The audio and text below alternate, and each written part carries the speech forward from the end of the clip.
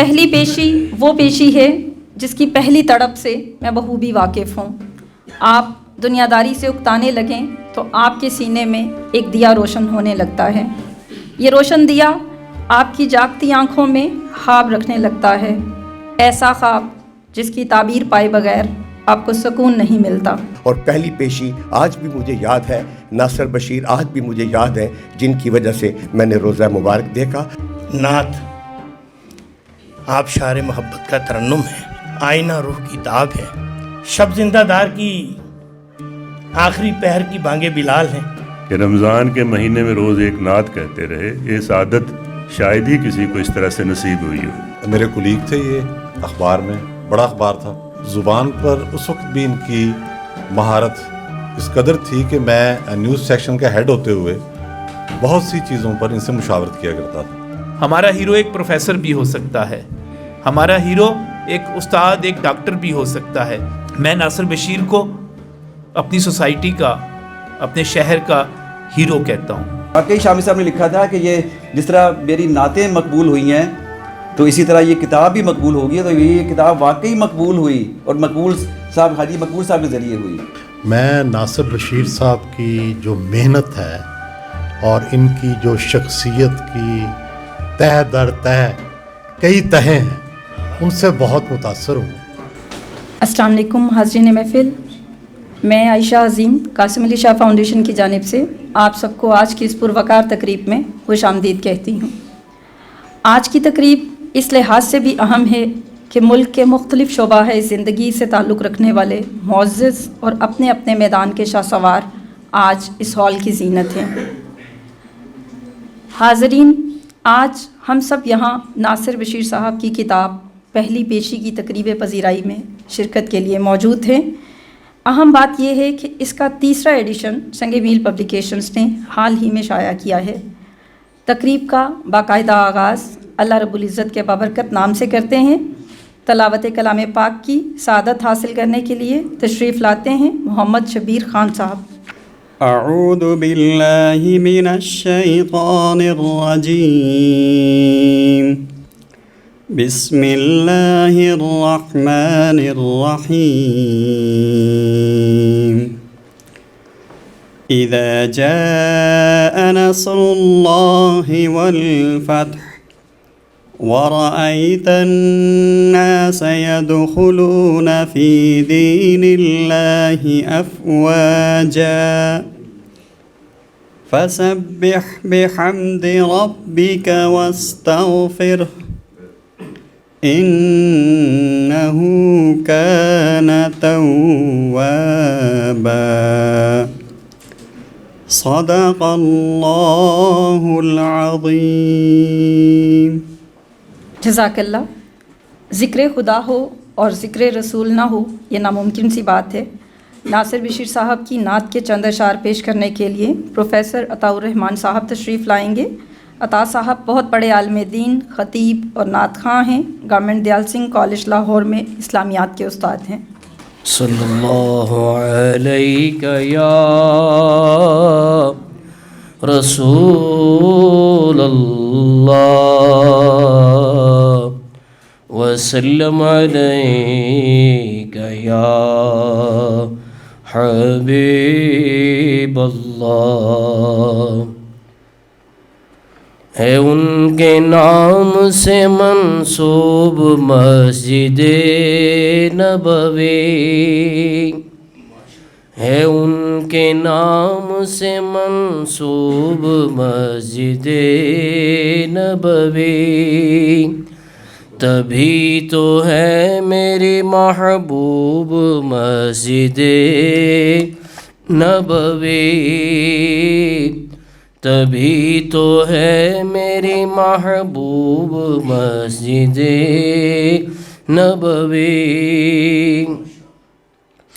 یہاں فرشتے بھی آ کر نماز پڑھتے ہیں، یہاں فرشتے بھی آ کر نماز پڑھتے ہیں، ہے مسجدوں میں بہت خوب مسجد نبوی، ہے مسجدوں میں بہت خوب مسجد نبوی، تبھی تو ہے میری محبوب مسجد نبوی۔ کہاں تیرے در و دیوار اور کہاں یہ بشر، کہاں تیرے در و دیوار اور کہاں یہ بشر، گناہ گار ہے محجوب مسجد نبوی، ہے ان کے نام سے منسوب مسجد نبوی۔ یہاں رسول کا روضہ ہے، سبز گنبد ہے، یہاں رسول کا روضہ ہے، سبز گنبد ہے مسجدوں کی بھی محبوب مسجد نبوی، ہے مسجدوں کی بھی محبوب مسجد نبوی۔ تڑپ رہا تھا تیرے ہجر میں تیرا ناصر،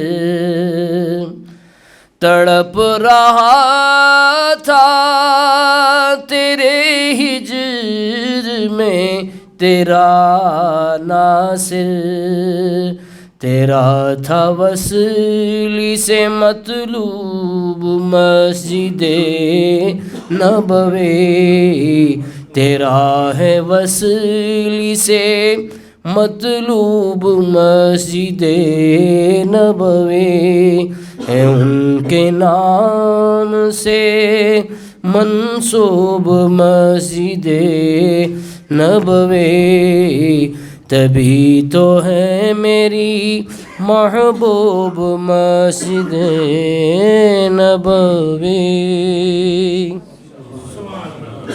سبحان اللہ، خوبصورت اشعار کو خوبصورت لہجے سے اظہار کی صورت عطا کی۔ حاضرین محفل، پہلی پیشی وہ پیشی ہے جس کی پہلی تڑپ سے میں بخوبی واقف ہوں۔ آپ دنیا داری سے اکتانے لگیں تو آپ کے سینے میں ایک دیا روشن ہونے لگتا ہے، یہ روشن دیا آپ کی جاگتی آنکھوں میں خواب رکھنے لگتا ہے، ایسا خواب جس کی تعبیر پائے بغیر آپ کو سکون نہیں ملتا۔ یہ پیشی وہ پیشی ہے جس کی لگن اگر لگ جائے تو پھر پیش ہوئے بغیر چین نہیں پڑتا۔ وہ فائلیں جن پر مدینہ منورہ میں دستخط ہوتے ہیں، انہی پر لطف و کرم کے دروازے کھلتے ہیں، انہی کو حاضری نصیب ہوتی ہے، باقی اپنی اپنی باری کے منتظر رہتے ہیں۔ یہ انتظار کبھی تو جلد ختم ہو جاتا ہے اور کبھی کبھی طویل ہو جاتا ہے۔ اوپر بیٹھا رب اپنے بندے کی طرف دیکھتا ہے اور کہتا ہے ابھی نہیں، ابھی ٹھیک سے مانگا نہیں، دوبارہ مانگ، اور وہ اس آس میں پھر سے جوڑ توڑ کرنے لگتا ہے کہ میرا رب میری جھولی ضرور بھرے گا، اپنی فائل کے کاغذ پورے کرنے لگتا ہے۔ ناصر بشیر صاحب خوش قسمت ہیں، انہوں نے سوچا اور رب نے انہیں اپنے در پر بلا لیا۔ مجیب الرحمن شامی صاحب ان کے بارے میں لکھتے ہیں، اس سفر نامے کی ایک ایک سطر اور ایک ایک لفظ سے گواہی ملتی ہے کہ یہ ایک مقدس سفر کا کوئی روایتی روزنامچہ نہیں ہے، اسے بجا طور پر ایک زندہ اور شگفتہ روداد کہا جا سکتا ہے جو پڑھنے والوں کو اپنی طرف کھینچتی اور ان کے دلوں میں آتش شوق بھڑکا دیتی ہے، جو دیدار رسول صلی اللہ علیہ وآلہ وسلم تک پہنچ کر ہی سرد ہو سکتی ہے۔ مجھے امید ہے کہ جس طرح ان کے نعتیہ اشعار بارگاہ رسالت میں بازیاب ہوئے، ان کی یہ نثری نعت بھی شرف قبولیت حاصل کرے گی اور ان کے لیے دنیا و آخرت میں آسودگی کا سامان فراہم کیا جائے گا۔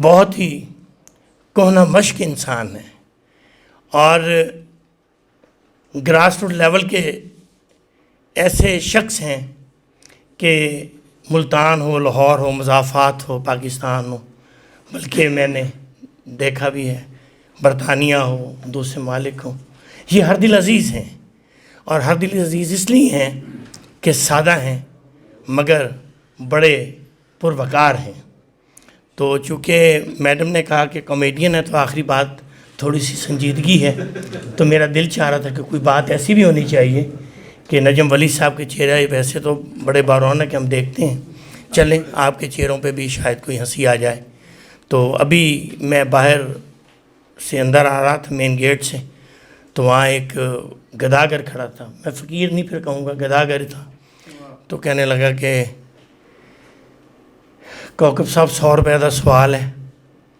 میں کہا یار پوچھ لے کہ خارے مینوں آدھا ہی ہوئے.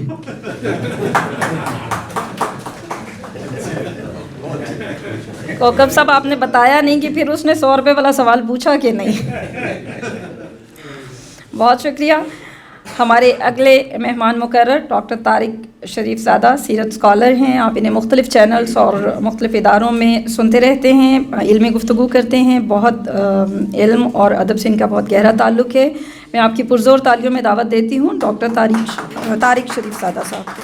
بسم رب محمد کریم علیہ الصلاۃ والتسلیم. سادات کرام سمیت سارے بزرگوں کی اجازت کے ساتھ میں یہ چاہوں گا کہ ایک مرتبہ آغاز کلام پہ بآواز بلند درود پاک پڑھیے تاکہ گفتگو کا آغاز ہو سکے. پڑھیے اللہم صلی علی سیدنا و مولانا محمد وعلی آل سیدنا و مولانا محمد مبارک وسلم وسلم علیہ.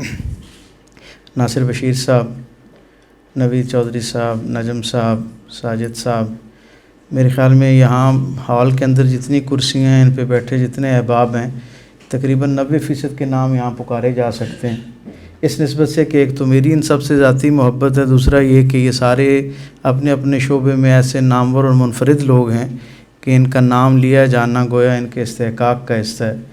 لیکن وقت کی کمی کے سبب کل جب مجھے علم ہوا باخبر ذرائع سے کہ ناصر بشیر صاحب کی کتاب جو ہے پہلی پیشی اس کی 3رے ایڈیشن کے حوالے سے یہاں ایک نشست کا اہتمام ہے، میں نے ناصر بشیر صاحب کو مبارکباد کا فون کیا، ان کی دعوت کا شکریہ ادا کیا اور ان سے وعدہ کیا کہ میں بھی یہاں حاضر ہوں گا. اور یہ جو پہلی پیشی ہے اس کا احوال بھی ہر آدمی کے عشق کی طرح بالکل اپنا اپنا جداگانہ اور منفرد ہوا کرتا ہے. میں ان خوش نصیب لوگوں میں سے ہوں جن کی نسبت سرکار دو عالم صلی اللہ علیہ وسلم کے ذکر کے ساتھ ہے اور دنیا بھر کے اندر اسی نسبت اور تعلق سے جانا پہچانا جاتا ہوں. حضور کے ذکر کی برکت سے سیرت کے احوال کو بیان کرنے کے شرف کی نسبت سے اللہ نے دنیا کے 104 سے زائد ممالک میں حضور کی بات کرنے کا موقع دیا اور اللہ سے وعدہ کر رکھا ہے چوہی صاحب کہ اب اس کے بعد زندگی کا جتنا وقت ہے اس سارے کا سارا یا سرکار دو عالم صلی اللہ علیہ وسلم کی نعت کے لیے مختص ہے یا سرکار دو عالم کی بات کے لیے مختص ہے. اور نعت بھی اصل میں یہاں شعراء اور بڑے لطیف جذبات اور احساسات کا شعور رکھنے والے لوگ بیٹھے ہیں. نعت بھی اصل میں سرکار دو عالم صلی اللہ علیہ وسلم کی بات ہی ہوا کرتی ہے اور سرکار دو عالم صلی اللہ علیہ وسلم کی ہر نعت جو ہے وہ حقیقت میں سرکار کی بات ہے اور سرکار کی ہر بات اگر گہرائی میں سوچا جائے تو حقیقت میں سرکار کی نعت ہوا کرتی ہے. تو جب ان دونوں سے آپ کا تعلق گہرا ہونا شروع ہو جاتا ہے تو پھر حقیقت میں سرکار دو عالم سے تعلق گہرا ہونا شروع ہو جاتا ہے. میں ان خوش نصیب لوگوں میں سے ہوں جنہیں میرے کریم آقا صلی اللہ علیہ وسلم نے 54 مرتبہ طلب فرمایا. مجھے 54 ٹائمز جو ہے وہ حضور کی بارگاہ سے طلبی کا حکم ہوا اور میں وہاں حضور کے براہ راست نگاہ التفات میں نے زندگی کے کچھ دن گزارے. ہر دفعہ جب جاتا ہوں تو کیونکہ سیرت کا طالب علم ہوں اور اسی ذوق کے تناظر میں عبادات مناجات تو اپنی جگہ جو بھی پہنچتا ہے وہاں اپنی توفیق سے جو اللہ کی طرف سے عطا ہوتی ہے بندے کو مانگنے کی وہ بندہ مانگتا ہے. لیکن میرے لیے ہمیشہ یہ جو سفر ہے کچھ حضور کی سیرت کے تناظر میں سوالات کے ساتھ یہاں سے شروع ہوتا ہے. میں ہمیشہ کچھ سوالات یہاں سے ساتھ لے کے جاتا ہوں اور پھر وہاں کوشش کرتا ہوں کہ کتاب سے پہنچنے والے علم کے ساتھ ساتھ جو مشاہدے کا علم ہے اس کو بھی اس میں شامل کر لیا جائے. ہر مرتبہ ایک نیا تجربہ ہوتا ہے، اور یقیناً ناصر صاحب نے بھی اور یہاں بیٹھے ہوئے جتنے لوگ جنہیں اللہ نے یہ سعادت بخشی ہے ان سب نے اپنے اپنے انداز میں اس سارے واقعے کو، اس سارے سفر کو اپنے حافظے میں رکھا ہوگا اور کہیں نہ کہیں اس کو دہراتے رہتے ہوں گے.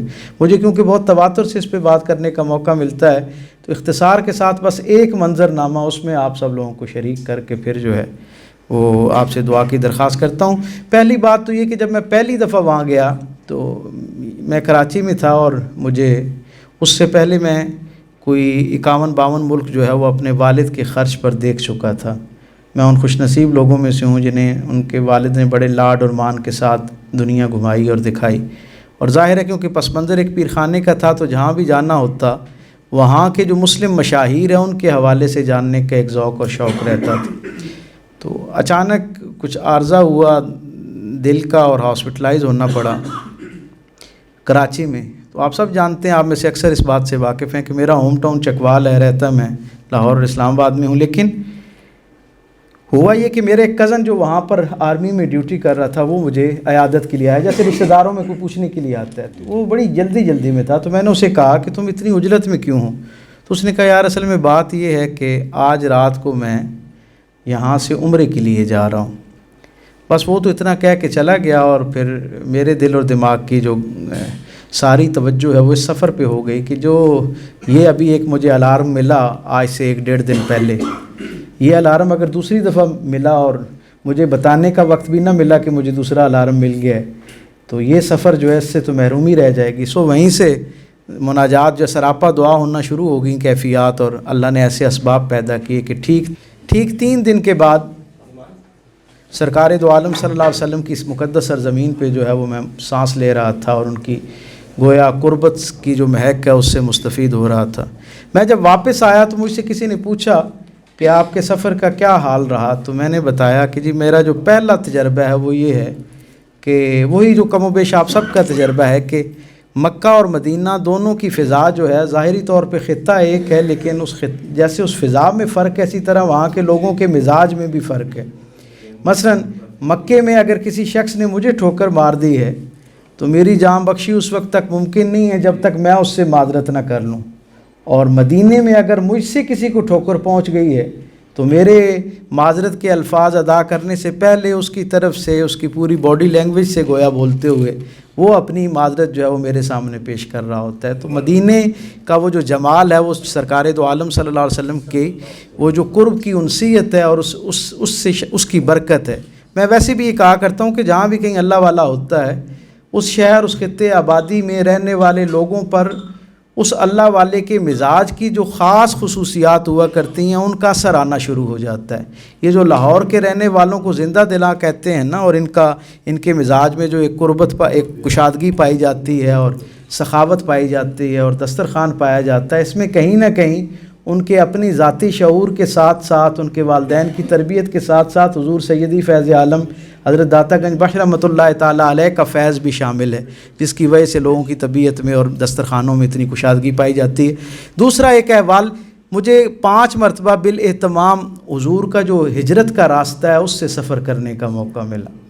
اور آج سے بہت سال پہلے، کوئی 20-22 سال پہلے جب میں نے پہلی دفعہ یہ سفر اختیار کیا تو میرے ساتھ جو نوجوان تھے جن کے ساتھ وہ سفر ہم اختیار کر رہے تھے تو اتنا کٹھن تھا کہ کئی جگہ پہ آپ کو گاڑی سے نیچے اترنا پڑتا تھا، عام کسی جانور پہ سوار ہونا پڑتا تھا، اور پھر نیچے اتر کے دوبارہ آپ کو پھر جو ہے گویا گاڑی جو ہے وہ آگے سے دوسری گاڑی ملتی تھی. تو یہ 2 دفعہ شاید اس عرصے میں ہمیں ایسا کرنا پڑتا تھا اس پورے سفر میں مکے سے مدینہ جاتے ہوئے.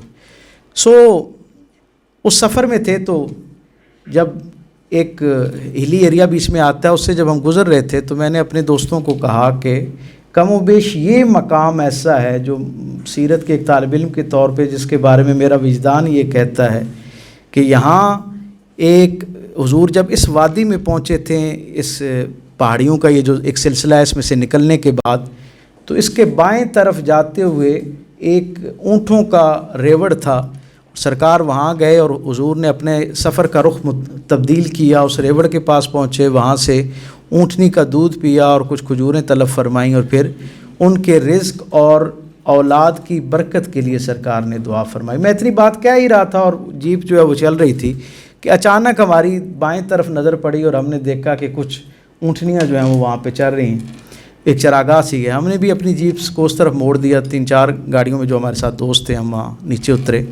ایک حبشیون نسل عربی جو ہیں دراز قامت, بہت نحیف ظاہری طور پہ لیکن اعصاب اور ظاہری جسامت کے اعتبار سے بہت مضبوط, ان کے پاس پہنچے. جو ٹوٹی پھوٹی اس وقت تک عربی آتی تھی اس میں ان کو اپنا تعارف کروایا اور انہیں بتایا کہ ہم یہاں سے گزر رہے تھے اور ہم تک جو حضور کی زندگی کا احوال پہنچا اس کے مطابق شاید یہ وہ مقام ہے جہاں حضور نے اونٹنیوں کا دودھ جو ہے وہ پیا اور کھجوریں کھائیں اور دعائیں دی. تو وہ ہمارا مدعا سمجھ گئے. ہمیں ایک طرف بٹھایا اور دور سے اپنے خادم کو آواز دی اور کہا کہ ان کے لیے تازہ اونٹ کا دودھ جو ہے وہ نکال کے لاؤ. ہم نے وہ دودھ پیا, ایک طرف سے دودھ پلانا شروع کر دیا اور جب وہ مجھ تک پہنچا ان کا خادم دودھ پلانے والا تو ایک دم وہ آگے لپکے اور انہوں نے وہ دودھ کا گلاس جو تھا وہ پیالہ نما سا اس کو انہوں نے پکڑ لیا اور مجھے ہاتھ سے اشارہ کر کے کہا کہ میرے ساتھ آؤ. 3 کچے سے مکان بنے ہوئے تھے اور مجھے ان 3 مکانوں کی پیچھے لے گئے. ایک طرف کھجوروں کا جھنڈ تھا اور ایک طرف مکان اور ان کی پچھلی والی سائڈ پہ. تو وہاں ہم نے جا کے دیکھا کہ ان کے ایک ہاتھ میں کھجوریں تھیں, اسی طرح انہوں نے مٹھی میں لے رکھی تھیں اور ایک ہاتھ میں پیالہ تھا, اور دکھایا کہ ایک مقام ایسا ہے جس کے ارد گرد جھاڑیاں سی لگی ہوئی ہیں, کیکر والی جیسے ہمارے ہاں جھاڑیاں باریک ہوتی ہیں کانٹوں والی, وہ موجود تھیں. انہوں نے ایک طرف سے وہ جھاڑیاں ہٹائیں اور مجھے کہا کہ تم اس سے پہلے انہوں نے میری بات کی, ہمارا جو گمان تھا اس کی نہ تائید کی نہ اس پہ کوئی تنقید کی نہ اس کا انکار کیا. وہاں جا کے انہوں نے جب جھاڑی ہٹائی نا تو مجھے کہا کہ تمہیں ایک راز کی بات بتاؤں. میں نے کہا جی بتائیں.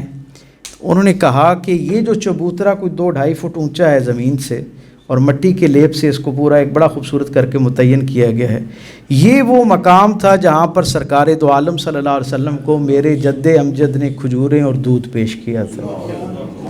آپ تصور کر سکتے ہیں, سن کے آپ کی یہ کیفیت ہے, وہاں دیکھ کر میری کیا کیفیت ہوئی ہوگی.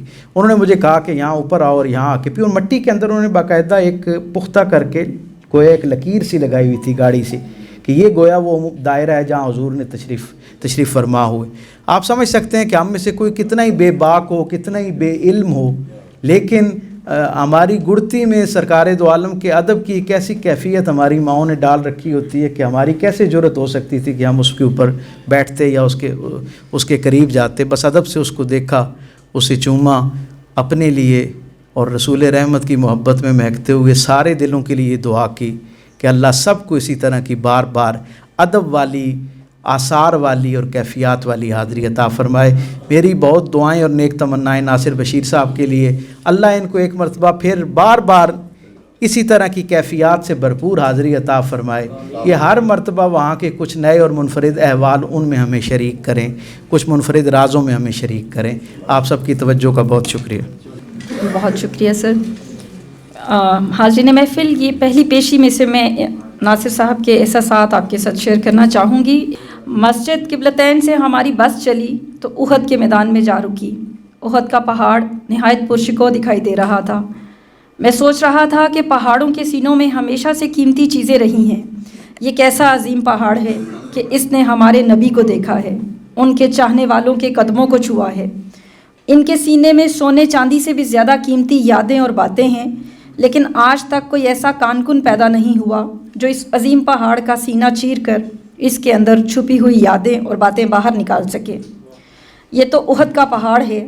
پہاڑ جیسا سینہ رکھنے والے لوگ بھی کبھی کبھار وہی لب کشا ہوتے ہیں.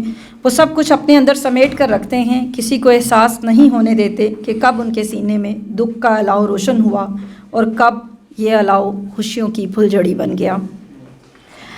حاضرین محفل, اس سے پہلے کہ میں اپنے اگلے مہمان کی طرف پڑھوں, میں آپ سے ملتمس ہوں کہ وقت ہمارے پاس کم ہے اور ہم تمام مہمانوں کو سننا چاہیں گے, ہم ناصر صاحب کے جذبات سننا چاہیں گے, اس لیے گفتگو کا دورانیہ مختصر رکھیے گا. ہمارے اگلے مہمان ڈاکٹر اختر حسین سندھو صاحب ہیں. گورنمنٹ اسلامیہ کالج سول لائنس لاہور کے پرنسپل ہیں, سفر نامہ نگار ہیں, شاعر ہیں, اینکر ہیں اور بہت ہی نفیس آدمی ہیں. آپ کی پرزور تالیوں میں دعوت اظہار دیتی ہوں. جی السلام علیکم, بہت شکریہ, مہربانی. ਪਹਿਲੀ ਪੇਸ਼ੀ ਕਿਤਾਬ ਦੇ ਵਿੱਚ ਸਾਨੂੰ ਨਾਸਿਰ ਬਸ਼ੀਰ ਹੋਰਾਂ ਦਾ ਇੱਕ ਐਸਾ ਅੰਗ ਨਜ਼ਰ ਆਉਂਦਾ ਹੈ ਕਿ ਜਿਹਦੇ ਵਿੱਚ ਉਹਨਾਂ ਦੀ ਪੂਰੀ ਸ਼ਖਸੀਅਤ ਖੁੱਲ੍ਹ ਕੇ ਸਾਹਮਣੇ ਆ ਜਾਂਦੀ ਹੈ। ਉਹ ਇੱਕ ਉਸਤਾਦ ਨੇ, ਪ੍ਰੋਫੈਸਰ ਨੇ, ਕਾਲਮਿਸਟ ਨੇ, ਸ਼ਾਇਰ ਨੇ, ਔਰ ਹੁਣ ਟਰੈਵਲੌਗ ਵੀ ਉਹਨਾਂ ਨੇ ਪ੍ਰੋਡਿਊਸ ਕੀਤਾ ਹੈ। ਜ਼ਿਆਦਾ ਸਾਡੀ ਗੁਫ਼ਤਗੂ ਜਿਹੜੀ ਹੈ ਉਹ ਰਿਲੀਜਨ ਦੇ ਉੱਤੇ ਚੱਲ ਰਹੀ ਹੈ, ਲੇਕਿਨ ਉਹਦੀ ਜਿਹੜੀ ਫਨੀ ਮਹਾਸਨ ਨੇ ਉਸ ਕਿਤਾਬ ਦੇ, ਉਹਦੇ ਉੱਤੇ ਗੱਲ ਕਰਨਾ ਬਹੁਤ ਜ਼ਰੂਰੀ ਹੈ ਕਿ ਉਹ ਐਡੀ ਸੋਹਣੀ ਕਿਤਾਬ ਹੈ ਕਿ ਜਿਹਦੇ ਵਿੱਚ ਨਾ ਸਿਰਫ ਜਜ਼ਬਿਆਂ ਦੇ ਫੁੱਲ ਸਾਨੂੰ ਉਹਨਾਂ ਦੀ ਖੁਸ਼ਬੂ ਨਜ਼ਰ ਆਉਂਦੀ ਹੈ, ਬਲਕਿ ਉਹਦੀ ਸਲਾਸਤ, ਉਹਦੀ ਆਸਾਨੀ ਇਸ ਚੀਜ਼ ਵੱਲੇ ਸਾਨੂੰ ਰਹਿਨਮਾਈ ਕਰਦੀ ਹੈ ਕਿ ਉਹਨੂੰ ਇੱਕ ਆਮ ਕਾਰੀ, ਇੱਕ ਤਾਲਬ ਇਲਮ ਔਰ ਇੱਕ ਆਮ ਬੰਦਾ ਵੀ ਉਹਨੂੰ ਬੜੇ ਆਰਾਮ ਨਾਲ ਸਮਝ ਸਕਦਾ ਹੈ। ਨਾਸਿਰ ਬਸ਼ੀਰ ਹੁਰੀ ਬਹੁਤ ਇੱਕ ਪ੍ਰੋਲੀਫਿਕ ਰਾਈਟਰ ਨੇ, ਔਰ ਉਹ ਅਗਰ ਲਫ਼ਜ਼ਾਂ ਦੀ ਤਸ਼ਬੀਹ ਇਸ਼ਤਿਹਾਰਾਂ ਦਾ ਇਸਤੇਮਾਲ ਕਰਨਾ ਚਾਹੁੰਦੇ ਤਾਂ ਇਸ ਕਿਤਾਬ ਨੂੰ ਮਜ਼ੀਦ ਬਹੁਤ ਹੀ ਉਹ ਇੱਕ ਆਲਾ ਦਰਜੇ ਦੀ ਇੱਕ ਰਾਈਟਿੰਗ ਜਾਂ ਇੱਕ ਪੀਸ ਆਫ ਲਿਟਰੇਚਰ ਉਹ ਪੇਸ਼ ਕਰ ਸਕਦੇ ਸਨ।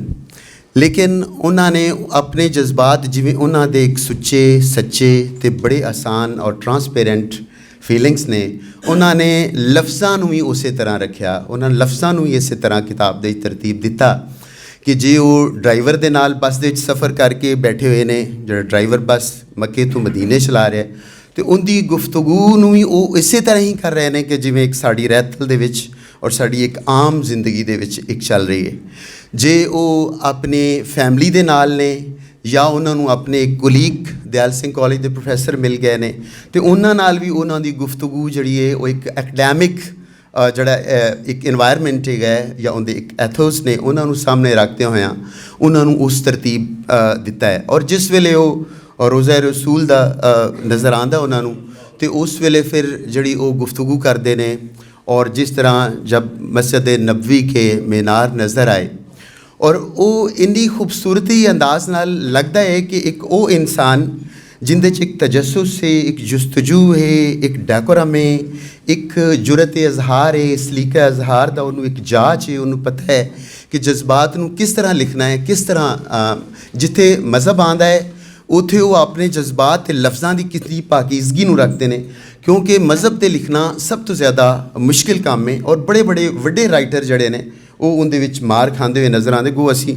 ਸਾਡੀ ਸੁਸਾਇਟੀ ਦੇ ਵਿੱਚ ਨਹੀਂ ਕਪੈਸਿਟੀ ਹੈਗੀ ਕਿ ਉਹਨਾਂ 'ਤੇ ਗੱਲ ਕੀਤੀ ਜਾਵੇ, ਲੇਕਿਨ ਉਹ ਕੁਛ ਨਾ ਕਿਸੇ ਜਗ੍ਹਾ 'ਤੇ ਜਾ ਕੇ ਝੋਲ ਖਾ ਜਾਂਦੇ ਨੇ, ਔਰ ਐਸਾ ਕੋਈ ਈਡੀਅਮ ਜਾਂ ਇਸ ਤਰ੍ਹਾਂ ਦਾ ਫਰੇਜ਼ ਇਸਤੇਮਾਲ ਕਰਦੇ ਨੇ ਜਿਹੜਾ ਕਿ ਮਾਨਵੀ ਅੰਦਾਜ਼ ਨਾਲ ਅਗਰ ਅਸੀਂ ਕਰੀਏ ਤਾਂ ਉਹ ਉਹਦੀ ਤਸ਼ਰੀਹ ਜਾਂ ਜਿਹੜਾ ਸਾਡਾ ਅਕੀਦਾ ਹੈਗਾ ਉਹਦੇ 'ਤੇ ਉਹ ਪੂਰਾ ਨਹੀਂ ਉਤਰਦੇ। ਮੁਹੰਮਦ ਅਲੈਹਿਸਸਲਾਮ ਉਹਨਾਂ ਦੇ ਬਾਰੇ ਗੁਫ਼ਤਗੂ ਕਰਨਾ ਔਰ ਉਸ ਤੋਂ ਬਾਅਦ ਉਹਨਾਂ ਦੇ ਉੱਤੇ ਕੋਈ ਚੀਜ਼ ਇੱਕ ਐਸੀ ਪ੍ਰੋਡਕਟ ਲੈ ਕੇ ਆਉਣਾ ਜਿਹੜੀ ਲਿਟਰੇਰੀ ਹੋਵੇ, ਉਹ ਬਹੁਤ ਹੀ ਮੁਸ਼ਕਿਲ ਕੰਮ ਹੈ। ਲੇਕਿਨ ਨਾਸਿਰ ਬਸ਼ੀਰ ਹੋਰਾਂ ਦੀ ਕਿਤਾਬ ਪੜ੍ਹ ਕੇ ਕਿਸੇ ਜਗ੍ਹਾ 'ਤੇ ਤੁਹਾਨੂੰ ਐਸਾ ਮਹਿਸੂਸ ਨਹੀਂ ਹੁੰਦਾ ਕਿ ਉਹਨਾਂ ਨੇ ਆਪਣੇ ਜਜ਼ਬਾਤ ਨੂੰ ਕਿਸੇ ਜਗ੍ਹਾ ਦੇ ਉੱਤੇ ਜਾਂ ਉਪਾਂ ਜਾਣ ਦਿੱਤਾ ਹੋਵੇ, ਯਾਨੀ ਉਹਦੇ 'ਚ ਐਕਸਟ੍ਰੀਮਿਸਟ ਤੁਹਾਨੂੰ ਇੱਕ ਐਲੀਮੈਂਟ ਜਾਂ ਇੱਕ ਐਗਜ਼ੈਜਰੇਸ਼ਨ ਨਜ਼ਰ ਨਹੀਂ ਆਉਂਦੀ, ਬਲਕਿ ਇੱਕ ਟਰੂ ਡਿਪਿਕਸ਼ਨ ਆਫ ਫੀਲਿੰਗਸ ਐਂਡ ਪੈਸ਼ਨਸ ਤੁਹਾਨੂੰ ਨਜ਼ਰ ਆਉਂਦੀ। ਬੜੀ ਇਹਦੇ 'ਤੇ ਗੱਲਾਂ ਕੀਤੀਆਂ ਜਾ ਸਕਦੀਆਂ ਨੇ। ਸਟੇਟ ਸੈਕਟਰੀ ਸਾਹਿਬਾਂ ਨੇ ਜੋ ਹਦਾਇਤ ਕੀਤੀ ਉਹਨੂੰ ਅਮਲ ਕਰਦੇ ਹੋਇਆ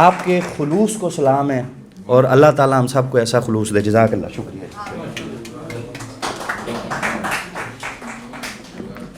بہت شکریہ سر. اب ہم سٹیج پر بیٹھے مہمانان گرامی کی طرف بڑھتے ہیں. ہمارے اگلے مہمان اسلامیہ کالج ریلوے روڈ سے ریٹائر ہوئے، شعبہ اردو سے وابستہ تھے، شاعر ہیں، نقاد ہیں، محقق ہیں، شاعری میں اپنا ایک الگ مقام رکھتے ہیں. میں اظہار خیال کی دعوت دیتی ہوں محترم غلام حسین ساجد صاحب کو. آپ کی پرزور تالیوں میں. بسم اللہ الرحمن الرحیم. خواتین و حضرات، میں شاید اس محفل میں واحد آدمی ہوں جس نے ناصر بشیر کی طالب علمی کا دور بھی دیکھا ہے. اتفاق سے میں اس کالج میں پڑھاتا تھا، ہمسائے میں جو کالج تھا، میں گورنمنٹ کالج آف سائنس میں پڑھا رہا تھا ملتان میں، اور یہ گورنمنٹ کالج بوسٹن روڈ میں پڑھ رہے تھے جو اب ایمرسن یونیورسٹی کہلاتا ہے. تو طالب علمی کے زمانے میں جب انٹر میں یہ پڑھتے تھے تب سے میں ان سے متعارف ہوا، اور متعارف ہونے کی وجہ یہ تھی کہ ایک شعری مقابلے میں جو غزل لکھنے کا مقابلہ تھا، ان کو شاید دوسرا انعام دیا گیا، تو انہوں نے آ کر جھگڑا کیا اور اصرار کیا کہ میرا پہلا انعام ہونا چاہیے. اور وجہ یہ تھی اور وہ ان کا دعویٰ بالکل درست تھا کہ میں نے اپنی غزل خود کہی ہے، جبکہ دوسرے لوگوں نے جو ہے وہ غزل لوگوں سے کہلوائی ہیں. تو اس زمانے سے اب تک کم و بیش میرا خیال ہے کہ 40 برس ہونے کو آئے ہیں، اور ان سے یہ نسبت قائم ہے. پہلے ملتان میں قائم تھی، اس کے بعد یہ لاہور آئے تو میں بھی ان کے پیچھے پیچھے لاہور آ گیا، اور یہ نسبت ان سے اب تک قائم ہے. ان کی تمام شاعری جو یہ انہوں نے لکھتے ہیں، روز ایک غزل کہتے ہیں، اور ظاہر ہے کہ روز ایک غزل کہنا کوئی آسان کام نہیں ہے. پھر جیسے ابھی آپ کو پتہ چلا کہ رمضان کے مہینے میں روز ایک نعت کہتے رہے، یہ سعادت شاید ہی کسی کو اس طرح سے نصیب ہوئی ہو. تو ان کی یہ کتاب جو ہے وہ میں نے جب پڑھی، میں اتفاق سے ان کے پبلشر کے پاس گیا تھا، وہاں سے مجھے کتاب ملی. تو جو بات مجھے سب سے زیادہ اچھی لگی وہ یہ تھی کہ انہوں نے کتاب میں کہیں بھی جو ہے وہ کسی طرح کے جو ہے وہ کہہ لیجئے جھوٹ سے کام نہیں لیا. عام طور پر لوگ جو ہیں وہ اپنی عقیدت کا اظہار بھی ایک خاص ملفوف طریقے کے تفخر کے ساتھ کرتے ہیں. تو انہوں نے کسی طرح کا کتاب میں کوئی تفخر نہیں ہے. اگر انہوں نے کسی کے ساتھ جو ہے وہ مثلا کوئی چیز خریدنا چاہتے ہیں، وہ خریدنے کے ان کے پاس اگر پیسے نہیں ہیں تو وہ بھی بتا دیا، اور اگر فرض کیجئے کہیں سے مفت کھجوریں کھائی ہیں تو ان کا بھی ذکر کیا، بلکہ یہ تک بتا دیا کہ ہم نے اپنا ایک بیگ بھی ان کھجوروں سے بھر لیا جو ہم نے مختلف جگہ سے چیک کرتے ہوئے جو تھی. جی انشاءاللہ کھائیں گے. اچھا، تو یہ کتاب پڑھتے ہوئے میں نے اس تمام علاقے کو، گرچہ اتفاق سے میں نے بھی دیکھا ہوا ہے، لیکن اس تمام علاقے کو میں نے ناصر بشیر کی نظر سے دیکھا. اور اس کی وجہ یہ تھی کہ مجھے یوں لگا کہ جس عقیدت سے، جس محبت سے، جس سادگی سے، جس خلوص سے اور جس نیک نیتی سے یہ وہاں گھوم پھر رہے ہیں، شاید ہم اتنی محبت سے، اتنی سادگی سے نہیں گھوم پھر سکے تھے. ایک بالکل کہہ لیجئے کہ ڈاؤن ٹو ارتھ یہ سفر نامہ ہے، بلکہ اسے سفر نامہ تو کہنا نہیں چاہیے، یہ ایک گیت ہے، ایک محبت کا جو ہے وہ ایک گیت ہے جنہوں نے گایا ہے، اور اتنی سادہ زبان میں ہے کہ میں عام طور پر کسی ادیب سے اتنی سادہ زبان کی توقع نہیں کرتا. ہم لوگ اصل میں جب لکھنے بیٹھتے ہیں تو ہم اپنا کمال دکھانے کی کوشش کرتے ہیں. انہوں نے چونکہ یہ جس جمال کے بارے میں لکھ رہے تھے، جس طرح کی کیفیت کے بارے میں لکھ رہے تھے، اس کو کسی طرح کی جو ہے وہ زبان دانی کی ضرورت نہیں تھی، اسی سادگی کے ساتھ لکھنا چاہیے تھا. اس لیے یہ جیسے سفر نامہ میں نے پڑھا تو یہ میرے دل میں اتر گیا، اور میں نے اسی وقت اس پر ایک مضمون لکھا تھا اور فیس بک پر شیئر کیا تھا، جو میں یہاں جان بوجھ کر نہیں پڑھ رہا ہوں، کیونکہ اس میں شاید میں نے ایک مربیانہ سا جو ہے وہ ایک نقطہ نظر رکھا تھا. لیکن مجھے جب میں نے دوبارہ اس کو پڑھا، چونکہ آج مجھے بات کرنی تھی، میں دوبارہ پڑھ کے آیا ہوں، تو مجھے اندازہ ہوا کہ جتنے بھی میں نے حج کے سفر نامے پڑھے ہیں یا عمرے کے حوالے سے چیزیں پڑھی ہیں، ان میں یہ سب سے زیادہ الگ ہے، اور الگ صرف اور صرف اپنے خلوص نیت کی بنیاد پر ہے. اور کوئی آدمی اگر اتنی سادگی کے ساتھ، اتنی محبت کے ساتھ، اتنی گہری عقیدت کا اظہار کر سکتا تو یہ اپنی جگہ پر ایک کمال ہے، جس کے لیے میں ان کو مبارکباد دیتا ہوں. اور میں تسلیم کرتا ہوں کہ میں شاید اتنا اچھا سفر نامہ نہیں لکھ سکتا تھا، اس لیے مجھے لکھنے کی توفیق نہیں ہوئی. اس طرح کا سفر نامہ لکھنا بھی توفیق سے لکھا جاتا ہے. انہوں نے حج بیتی بھی جو ہے وہ لکھی ہے، اگرچہ میں نے ابھی تک نہیں پڑھ سکا، نہ مجھ تک پہنچی ہے. یہ ایک طرح سے اس کو آپ جو ہے وہ حسن طلب ہی سمجھ لیں.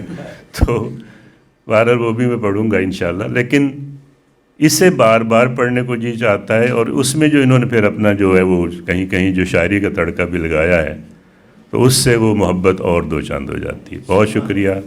میں احسان مند ہوں کہ انہوں نے مجھے یہ کتاب پڑھنے کے لیے عطا کی، اور اسے پڑھ کر میرے علم میں اور میری محبت میں اضافہ ہو. بہت شکریہ. بہت شکریہ سر. تقریب اپنے چوبن پر ہے. ہمارے اگلے مہمان پرانے صحافی ہیں. پرانے سے مراد یہاں عمر نہیں ہے، بلکہ یہ کون مشق صحافی ہیں اور خبر کے آدمی ہیں، تجزیے کے آدمی ہیں. ان دنوں سٹی 42 اخبار سے وابستہ ہیں. آپ کی پرزور تالیوں میں اظہار خیال کی دعوت دوں گی محترم نوید چودھری صاحب کو.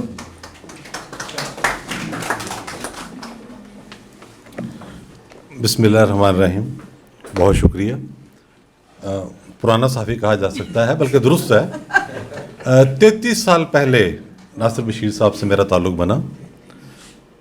میرے کولیگ تھے یہ اخبار میں، بڑا اخبار تھا، اور زبان پر اس وقت بھی ان کی مہارت اس قدر تھی کہ میں نیوز سیکشن کا ہیڈ ہوتے ہوئے بہت سی چیزوں پر ان سے مشاورت کیا کرتا تھا. مجھے یہ اعزاز حاصل ہے کہ منظر بدل گئے ان کا پہلا شعری مجموعہ ہے.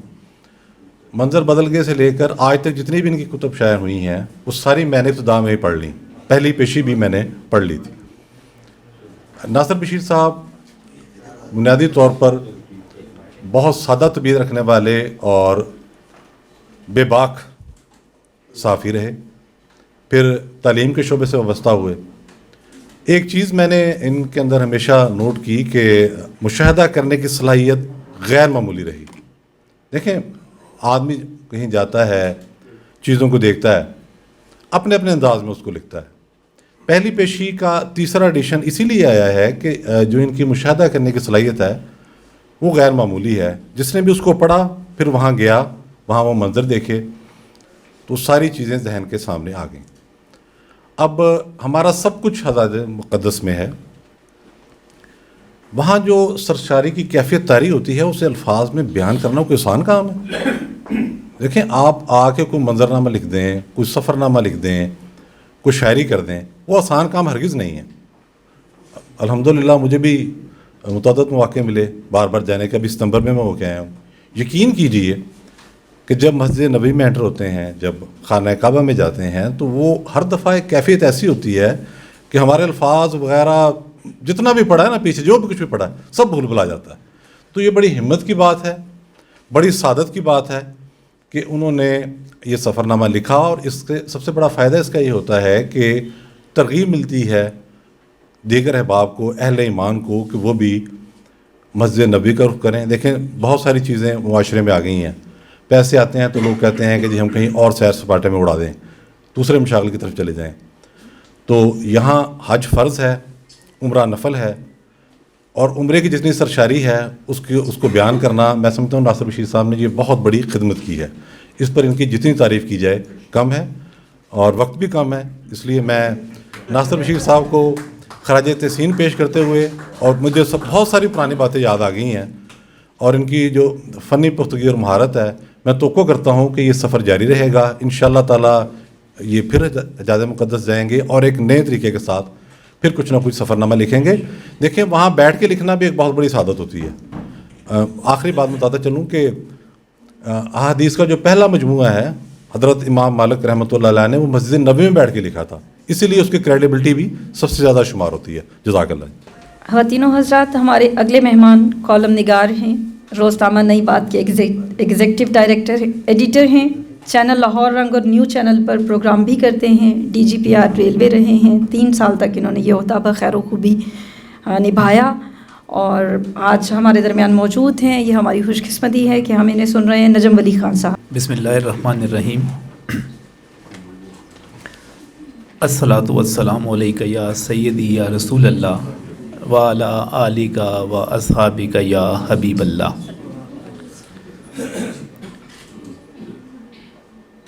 ناصر بشیر صاحب کی پہلی پیشی عمرے کی رووداد بڑی سعادت کی بات ہے. یہ بڑے قسمت والے ہوتے ہیں جنہیں رسول اللہ صلی اللہ علیہ وسلم اپنے دربار میں بلاتے ہیں, اپنی جالی سے لگنے کا موقع دیتے ہیں, وہاں پر گفتگو کرنے کا ایک قربت کا مزہ دیتے ہیں. انسان ان گلیوں میں جاتا ہے جہاں پر اللہ کے محبوب کے قدم پڑتے تھے.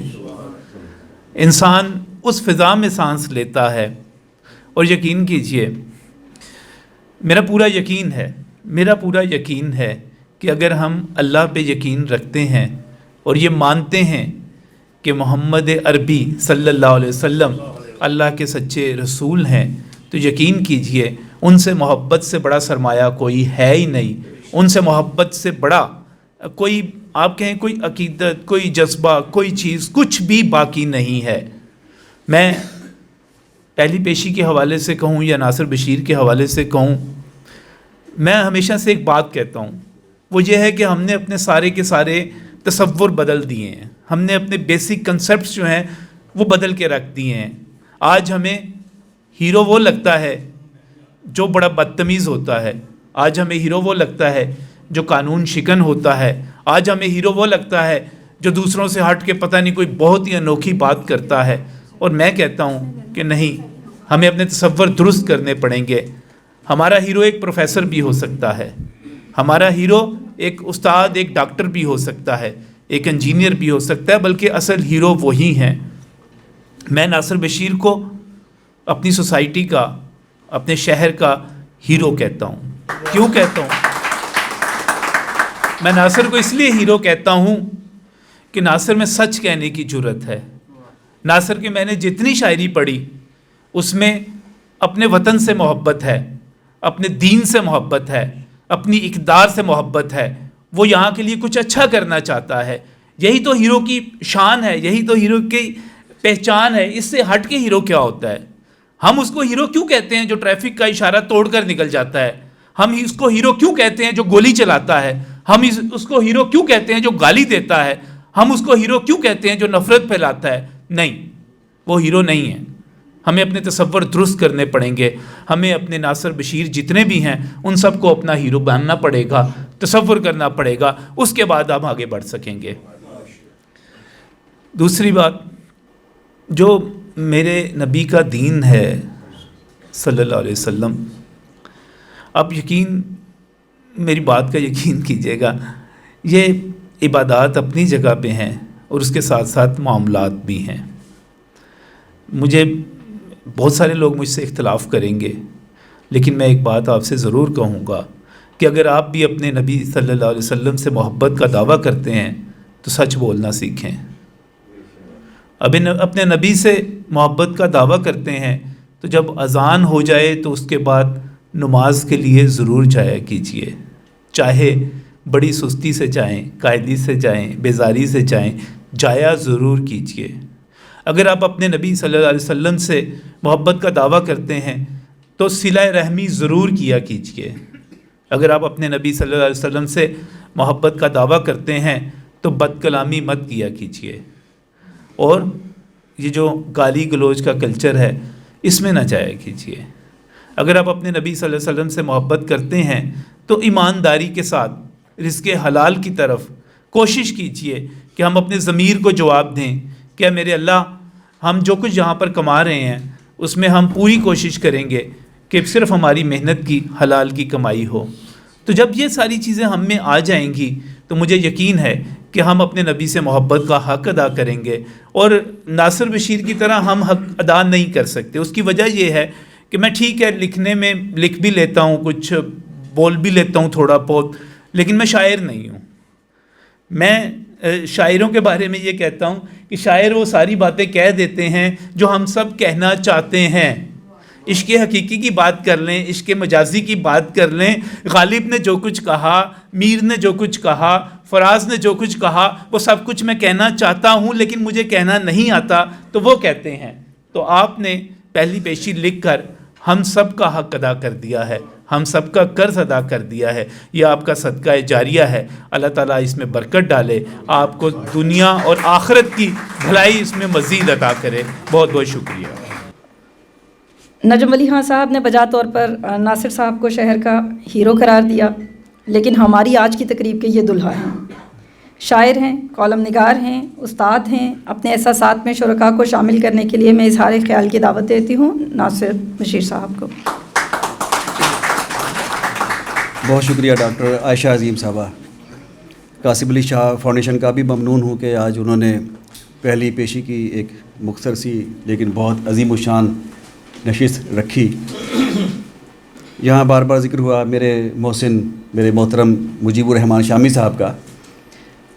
یہ 2015 کی بات ہے. میں اپنے والدہ کے قدموں میں ملتان میں گرمی کے دنوں میں بیٹھا ہوا تھا تو فون ایک آیا، اور فون پہ نمبر کوئی عجیب و غریب سا نمبر تھا، کوئی کوڈ نہیں اس پہ آ رہا تھا، نیا کوڈ تھا کوئی.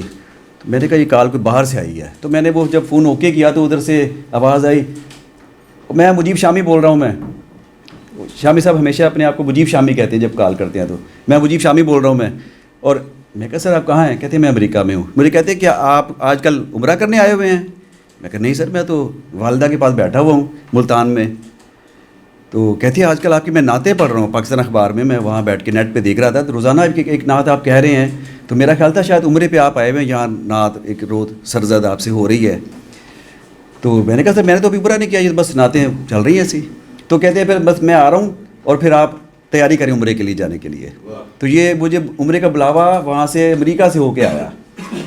اور ابھی میں سوچ رہا تھا یہاں بات ہوئی کہ پھر بلاوا آئے گا، تو ابھی سہیل وغیرہ صاحب جانتے ہیں، نجم صاحب جانتے ہیں، نوید صاحب جانتے ہیں کہ شامی صاحب آج کل پھر باہر گئے ہوئے ہیں.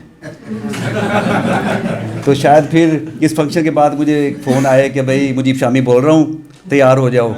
لیکن یہ ہے کہ میری پہلی پیشی جو یہ کتاب ہے یہ بہت برکت والی کتاب ہے.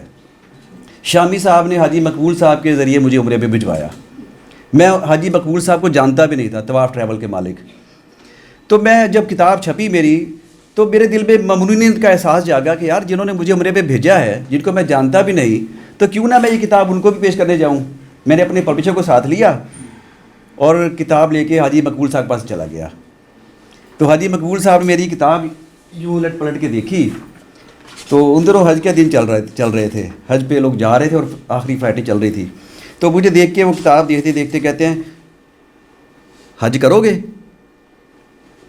تو میں تو کام کے رہ گیا. تو میں نے کہا کھڑے ہو جاؤ ذرا. میں نے کو بزرگ تھے، میں نے کھڑا کر لیا. میں نے کہا پہلے مجھ سے ذرا دل سے دل ملا لیں تاکہ دل کا پکا بات ہو جائے. میں کہا میں کراں گا.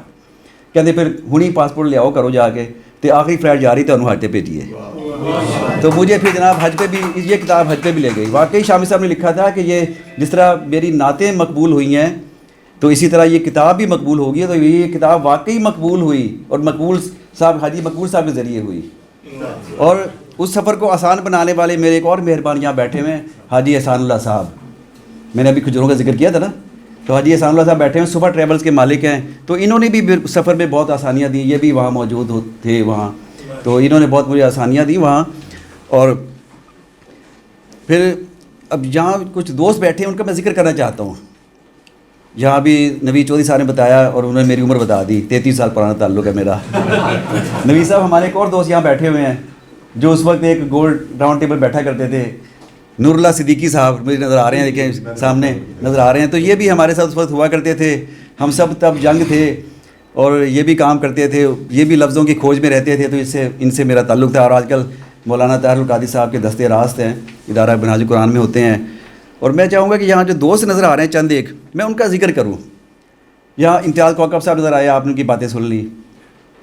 عطاء الرحمان صاحب بیٹھے ہیں، یہ اتنے بڑے عالم ہیں کہ ان کو جناب لوگ پورے پنجاب میں بلاتے رہتے ہیں. مجھ سے سفارشیں کرواتے ہیں. مجھ سے 2-3 دفعہ ایسا ہوا کہ لوگوں نے کہا کہ سر آپ کے کالج میں ایک عطاء الرحمان صاحب پڑھاتے ہیں، ذرا ان کو تو ذرا ریکویسٹ کر دیں، ہم ان کو پے کریں گے لیکن ان کو سر وقت نہیں دے رہے.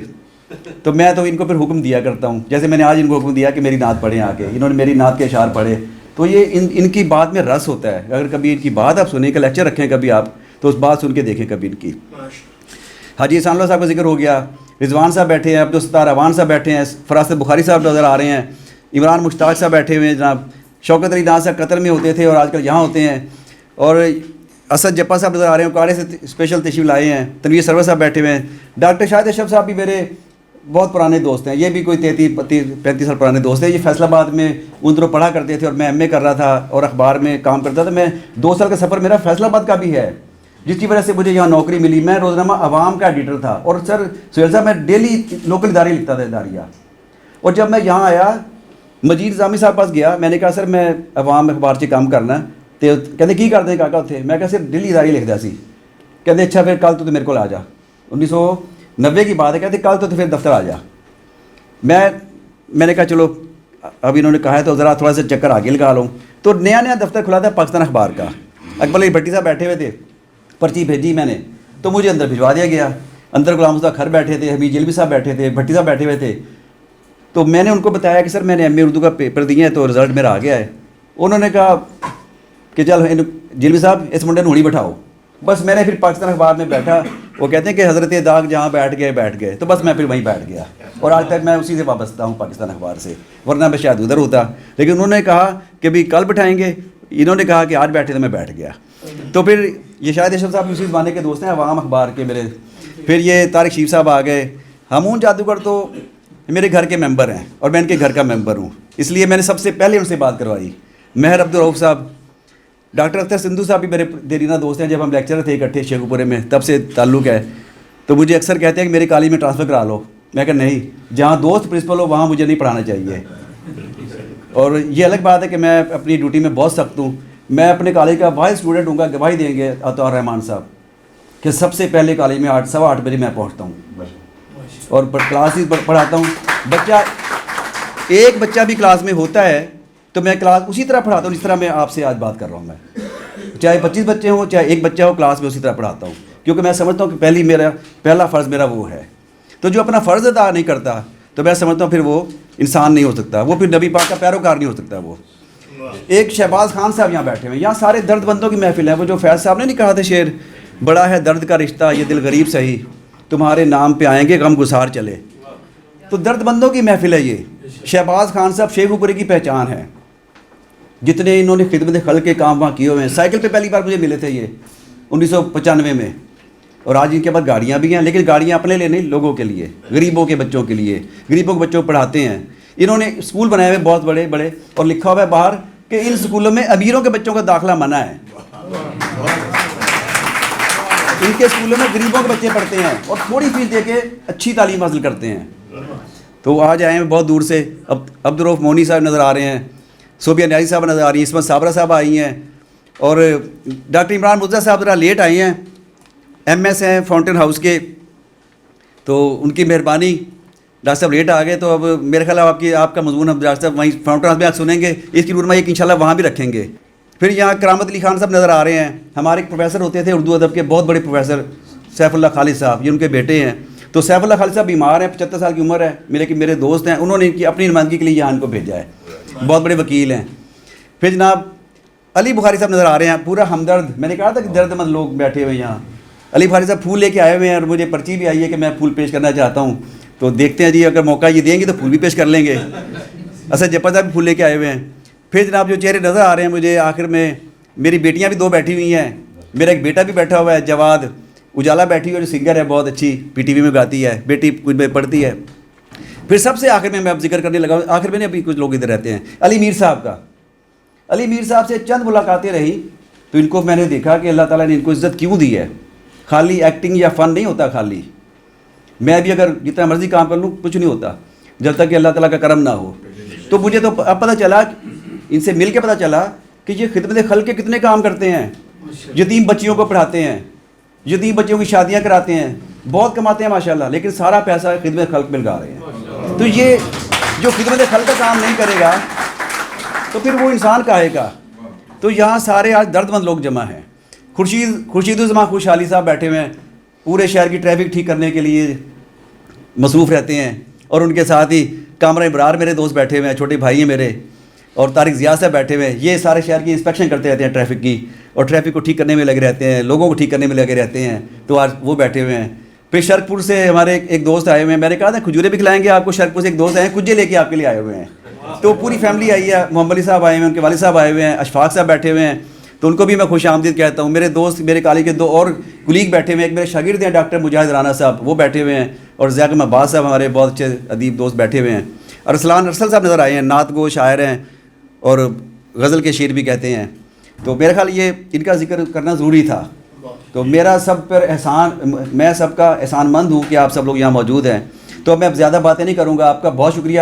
سہیل صاحب کا شکریہ ادا کروں گا. سہیل صاحب میرے محسن ہیں کہ انہوں نے جنگ اخبار میں مجھے آج سے کوئی 10 سال پہلے مجھے ایک بار آفر کی تسی جنگ تے آ جاؤ.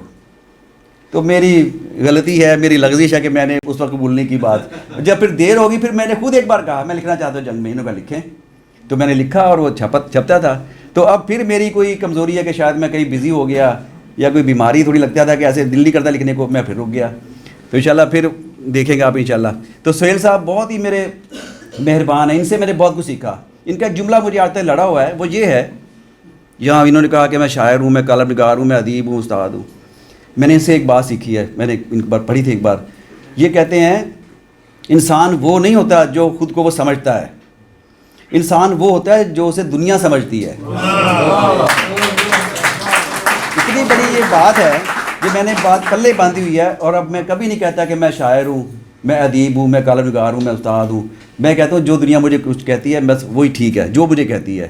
کوئی مجھے اچھا انسان کہہ دیتا ہے، کوئی برا انسان کہہ دیتا ہے، کوئی اچھا شاعر کہہ دیتا ہے، کوئی برا شاعر کہہ دیتا ہے، بس ٹھیک ہے جو بھی ہے ٹھیک ہے. تو نوی چودھری صاحب سے بہت دیرینہ تعلق ہے ماشاءاللہ. انہوں نے بہت محبت کا تعلق، بڑے بڑے لوگوں کے ساتھ ہم نے کام کیا ہے. عباس تتر صاحب کے ساتھ، عبداللہ طارق سہیل صاحب کے ساتھ، عثمان یوسف صاحب، بیدار بخت بٹ، نیوز روم میں نے کام کیا ہے. تو جس نے نیوز روم میں کام نہ کیا وہ صحافی نہیں بن سکتا. میں حمید جلوی صاحب نے مجھ سے پوچھا پہلے دن کہ کاکا کی کریں گا. میں کہا سر میں ادبی ایڈیشن کرنا ہے. کہتے نہیں یہ صحافی بننا ہے، پہلے نیوز روم کام کر. اور میں نے پھر نیوز روم میں کام کیا، سرخیاں نکالی، کاپی پیسٹنگ کرائی، ایک ایک کام ہمیں آتا ہے. تو نوید صاحب بھی ہمارے اس دور کے گواہ ہیں. تو میں اگر اب بھی مجھے کہا جائے تو میں پورا اخبار اب اکیلا بھی نکال سکتا ہوں میں. تو اللہ تعالیٰ کا اتنا کرم ہے ہم پہ کہ ہم نے وہ کام سارے کیے ہوئے اپنے ہاتھ سے. نجف علی صاحب کو ہمیشہ دیکھا، ہمیشہ یہ دوستوں کے کام آتے ہیں، دوستوں سے محبت کرتے ہیں اور مثبت بات کرتے ہیں ہمیشہ. ان کو میں نے کبھی نفی کی طرف جاتے نہیں دیکھا کبھی ان کو. غلام حسین انصاری صاحب نے تو گواہی دے دی کہ یہ مجھے بچپن سے جانتے ہیں اور یہ میرے پیچھے بھی یہاں بھی آ گئے. اسلم انصاری صاحب تھے نا ہمارے شاعر، اسلم انصاری صاحب بھی ایک نے غزل لکھی تھی نا، نئے کپڑے بدل کے جاؤں کہاں. اور اب بھول گیا. ناصر قادری کی جو غزل ہے نا وہ کس کے لیے لکھی تھی بھلا؟ وہ بھی کسی کے پیچھے ملتان پہنچے تھے، پھر اس کے لیے غزل کہی تھی انہوں نے. یہ جانتے ہیں وہ کس کے لیے تھی. وہ اسلم انصاری کی غزل تھی تو ان کے لیے وہ پہنچے تھے. تو آپ سب کا بہت شکریہ سر، آپ لوگ بیٹھے ہوئے ہیں. تو اب یقیناً اب آپ سننے کے لیے بےتاب ہوں گے. میں نے جان کے تھوڑا فاصلہ بڑھایا ہے، دیوار کھڑی کی ہے تھوڑی سی اپنی آواز کی، تاکہ آپ سہیل صاحب کو سنیں. کیونکہ سہیل صاحب کی آواز ہم چہرے سے تو مانوس ہیں، فیملیئر ہیں، آشنا ہیں، ان کی آواز سے بھی ہم بہت مانوس ہیں. اگر یہ کہ اندھیرے میں بھی بول رہے ہو نا، اندھیرے میں، تو ہم کہہ سکتے ہیں کہ یہ سہیل صاحب کی آواز ہے. مجھے ایک اور آواز یاد ہے، اصغر ندیم سید کی. آخری بات رہی بس اب نا، کرشن نگر میں رہتا تھا تو اصغر ندیم سید صاحب بھی وہیں رہتے تھے. تو ایک دن میں رات کے ٹائم لوڈ شیڈنگ تھی تو میں بھی نا ایک رش لگا ہوا تھا، نہاری ملتی ہے، خریدتے تھے جا کے. تو برتن میں نے پکڑا ہوا تھا نہاری کا، میں آواز لگا رہا تھا کہ مجھے بھی نہاری دے دو 100 روپے کی. اس میں 100 روپے بہت ہوتے تھے، 90s کی بات ہے. تو اندھیرے میں مجھے ایک آواز آئی، اس نے کہا او یار فضلو مینو بھی دیں یا 200 روپے نہاری. تو میں نے اندھیرے میں کہا شاہ جی کدھر ہو، میں بھی کھڑوتا نال تواڈے. یعنی میں ان کی آواز پہچان گیا، ندیم سید صاحب کی. تو سہیل صاحب کی آواز بھی ایسی ہے. تو اب آپ سنیے اب اپنی باتیں. آئیے. بسم اللہ الرحمن الرحیم. بہت شکریہ. بڑے اعزاز کی بات ہے کہ یہاں مجھے ناصر بشیر صاحب کی جو بک لانچنگ ہے اس میں بلایا گیا ہے. میں ناصر بشیر صاحب کی جو محنت ہے اور ان کی جو شخصیت کی تہ در تہ کئی تہیں ہیں ان سے بہت متاثر ہوں. مثلاً ہمارے ہاں آپ کو پتہ ہے کہ اخبار کے اندر ہر روز ایک قطعہ لکھا جاتا ہے، اور جو قطعہ لکھنے والے شاعر ہوتے ہیں وہ بڑے قادر الکلام اور ان ٹاپ کے لوگ ہوتے ہیں. مثلاً ہمارے ہاں جنگ میں پہلے رئیس امروہی صاحب لکھتے تھے، آج کل انور شعور صاحب لکھتے ہیں جو کہ پاکستان کے ٹاپ کے شاعر ہیں. اسی طرح جو نوائے وقت ہے وقار امبالوی صاحب لکھتے تھے. تو اس کے بعد میں نے اگی کسی شخص کی کرنٹ افیئرز پر شاعری جو ہے وہ دیکھی ہے تو وہ ناصر بشیر صاحب کی دیکھی ہے کہ بہت مشکل ہوتا ہے کہ آج کے حالات پر کو سمو کر شاعری کرنا، اور وہ ناصر بشیر صاحب اتنی عمدہ کرتے ہیں کہ میں حیران رہ جاتا ہوں کہ کس طرح سے انہوں نے آج کے حالات پہ آج کی بات کی اور اس کو شاعری میں سمویا ہے. میرا خیال ہے کہ رئیس امروہی اور ہمارے انور شعور کے بعد اگر کسی کا نام اس صنف میں آتا ہے تو وہ ناصر بشیر کا. دوسرا، میں ان کی اس بات کا بھی قائل ہوں کہ یہ بڑے درد شناس ہیں. جتنے بھی ادیب اور شاعر ہیں ان کی موت، ان کی زندگی، ان کی بیماری، ان کی خوشیاں، یہ ساری ہمیں ان کے ذریعے اطلاع ملتی ہے. انہوں نے ایک واٹس ایپ چینل بنایا ہوا ہے جس کے ذریعے یہ ہمیں اطلاع دیتے ہیں کہ فلاں ادیب یا شاعر جو ہے اس کو یہ خوشی ملی ہے یا یہ غم ملا ہے. تو یہ ہمارا سورس آف انفارمیشن ہے لٹریچر پر. اور تیسری بات یہ کہ یہ جب انہوں نے مجھے ان کے عمرے کے جانے کا اور پھر واپس آنے کا علم ہے، شامی صاحب نے مجھے سنایا تھا، تو اور جس طرح سے وارفتگی سے انہوں نے ذکر کیا ہے عمرے کا اور خاص کر روضہ رسول پر جانے کا، تو یہ ہم جو ہندوستان کے مسلمان ہیں، بر صغیر کے مسلمان ہیں، ہمارا ایک رسول اکرم صلی اللہ علیہ وسلم سے ایک الگ ہی رشتہ ہے. شاید باقی مسلمانوں کا اس طرح سے وہ رشتہ نہیں ہے. ہم یہ سمجھتے ہیں کہ ہمارا اللہ تک رسائی جو ہے وہ رسول اکرم کے ذریعے صلی اللہ علیہ وسلم کے ذریعے.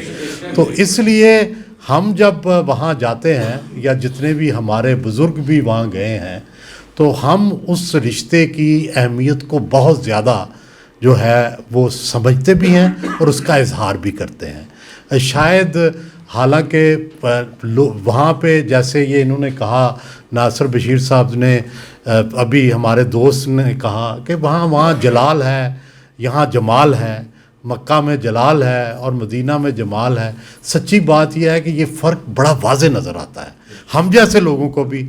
آپ تو خیر ماشاءاللہ بہت جاتے ہوں گے، لیکن ہم لوگ جو چند دفعہ گئے ہیں ہمیں بھی یہ فرق نظر آتا ہے کہ وہاں پہ مدینہ جا کے کیوں لوگ سارے نرم مزاج ہو جاتے ہیں، اور مکہ میں جب طواف ہوتا ہے تو وہ سارے باقاعدہ اس طرح ہاتھ مارتے ہیں اور پیچھے ہٹاتے ہیں.